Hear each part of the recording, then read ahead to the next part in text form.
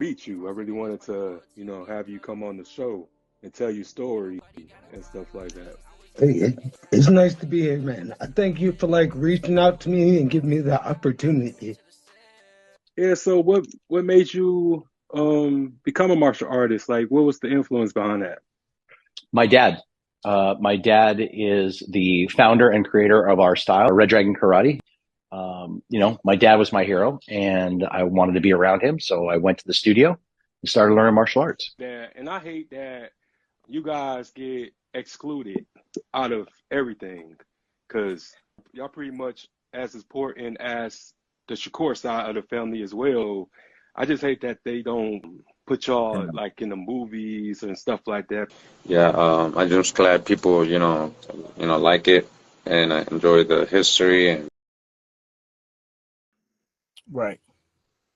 Yeah, and since you always had great character, man, that's why I always wanted you to come on the show. This was a long time coming. Yeah, yeah, I appreciate it, man. Yeah, and I just wanted to just have you be the first person to really, begin this segment that I wanted to talk about just with Black fathers and just how important having a father in the household, because yeah, like we don't play those type of significant part in Right, our child development, and I just hate that. I just really don't knock anybody that's doing it alone, but right. it's a lot of single fathers out here.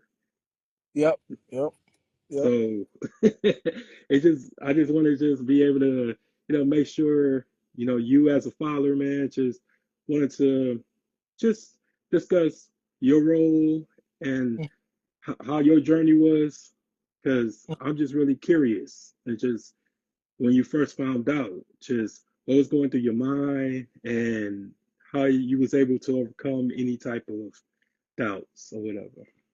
Got you. Yeah, I understand that. Yeah, but like you said, piggybacking off what you said, there's a lot of fathers out here that are present and are doing what they need to do for their kids, whether it's being a single dad, whether they're co-parenting with the mom, whether they're their husband or their boyfriend, they're living inside the home, whatever case may be. Especially with Black fathers, we there is our numbers have risen despite what society and the media may paint.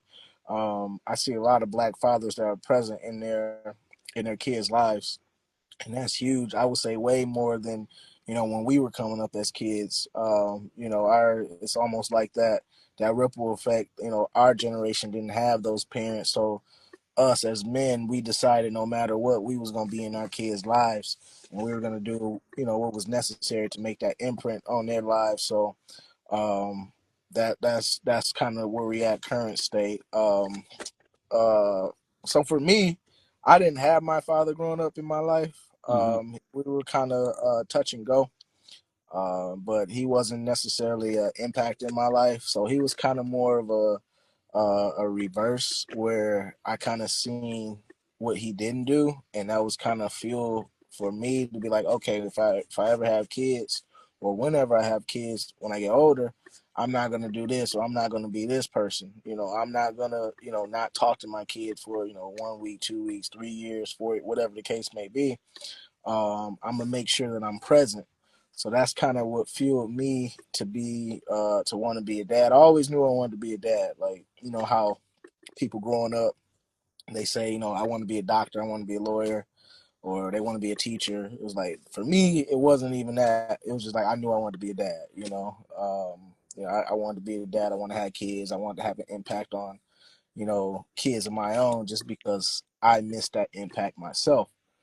Um, I had father figures around. Like I had my grandfather, but he was older, and it was like me seeing him. I wasn't seeing him in a father mode, if that makes sense. Like Hmm.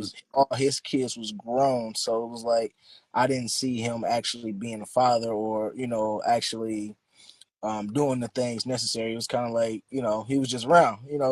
No, definitely don't knock that, because he instilled a lot of things in me, and I'm very grateful for that. But it's just a little bit different when it's your own dad. You know what I mean? You know, granddads are cool, uncles are cool. You can pull as a kid, you can pull stuff from those guys, but it's always that at least for me, I say it's always that little piece of you like you want your dad. You know what I mean? To Hmm. kind of be impact or do a little bit more. So when I was little, I used to see stuff. At school, I see like one of my friends, his dad, he would always pick his kids up from school. So I'm like, okay, I want to be that dad. You know what I mean? Like, Hmm. when I get kids, I want to be able to pick my kids up from school, or dads dropping them off, taking them, coming to the football practices. So it's like, okay, I want to be that. So it's like I had to pull from different quote unquote good dads that I knew to kind of create what type of dad I wanted to be, if that makes sense. And Oh, no doubt. so when I first found out I was gonna be a dad, would have been back when my daughter's 10 now. Hmm. She was when I found out her mom was pregnant with her. It was a little different because it was like, oh, this is real now. Like, I was like I always said I want to be a dad, but now it's like, oh yeah, it's real now. So it's like, okay. And the funny thing about it is you can never prepare yourself to be for a child, no matter if it's one, two, three, whatever. You can have all the money in the world, you still can't prepare yourself for a child because you just don't know what it's going to be like, especially if you've never had a child. So um, for me, I was kind of in the loop of like, okay, I gotta have all the money in the world. I gotta have, everything set in place. We can't have no jobs. So I was kind of more of like headstrong of, okay, I need to set everything in place. Which I mean, it probably was a negative on the end because I probably didn't like soak in the actual moment at the time of the pregnancy. Hmm. Which I had my own, I fought myself for that, but I was young, and as you get older you learn, you learn from your own mistakes. And so when she was actually born, it was just kind of like, yeah, this is real, she here. She was born early, so that was a situation in itself. So you have to make sure all the measures in place, make sure that she's healthy, with being a premature child. And but from day one, I was there. I mean, from I would say I kind of superseded my dad from day one, from the simple fact, I was in the hospital when my daughter was born. No, he wasn't when I was there, so I was like, okay, I got one up on and you know, so I like that. And so like I said, this kind of all ties together. So we had a rocky relationship, up from like the time I was a kid up until I was like, 24, 25. And so my daughter was born. And so I told myself, I'm like, okay, I'll give him an opportunity to be in her life. Like I'm like, even though I got all this anger and all this frustration and still got all this fight from him not being in my life and the kid, I'm not going to um shortcut my daughter of having a grandfather, you Right. know. So I extended the olive branch and basically said, hey, I got to, if you want to be in her life, you could do that. And from day one, he did. Like he jumped in and he been a great grandfather. So it was just like, okay, and that kind of in that role, that kind of like started to create that relationship between us. So we started we had no choice but to talk, because if you want to see, you want to talk to my daughter, you want to see her, we got to talk, so we started having conversations about, why he wasn't around, and and some things that I missed out on, and just basically kept it simple. It's like, he at the time he was in love with the streets, and it was just simple as that. Like he was in love with the streets. He knew I had a good mom. He knew, she was gonna take care of me and all that, but he was in a sense strong headed, had a love for the streets, and just was out here hustling.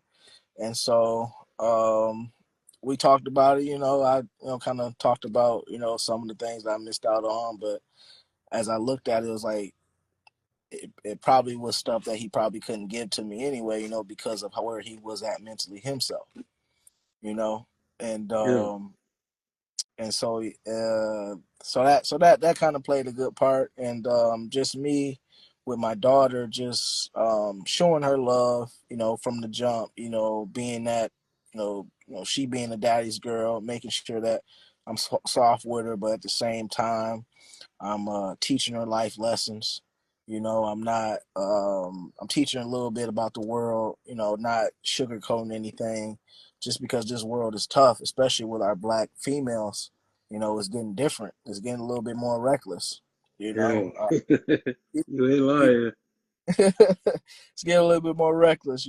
So it's like you really gotta prepare her, or me. I'm preparing her for that one day where, okay, I used to drop her off at kindergarten. Okay, now it's gonna be one day where I might have to drop her off at college, and now she's out of my control. It may be in Michigan, it may be across the state. You never know; she may go across the country. Hmm. But I still have to, throughout these years of her being young, I try to teach her things that I know is going to be valuable for her in her life. Education is great, education is cool, and we all want our kids to be great with education, but we also have to, teach them, street smarts, and teach them, the ways of the world, because as you know, once we jump in this world, the world don't care about what you know. It is how you gonna navigate through it, you know, how you Yeah. gonna navigate. And so yeah, that's my funny thing is, I never wanted a boy. I never wanted a boy. Like I was really happy with having my daughter. And the reason why I never wanted a boy is because I was scared. I didn't know how to teach. I wouldn't know how to teach a boy how to be a man. Yeah. For the simple fact that I didn't have that. So it was like pretty much everything I was learning on the fly. I was learning, first go around. I didn't have that director to say, hey, you probably shouldn't do that, or hey, this is probably the better decision, or how to handle emotions, and just trying to do that. So I always was scared to have a boy, and then 7 years after my daughter was born, found out I was having twin boys. so not only so not only did I was scared to have one boy. God blessed me with two boys at one time. Right. And so now it was different. It was real different. And that changed everything, because it's like, okay, now I got two little men to raise in this world.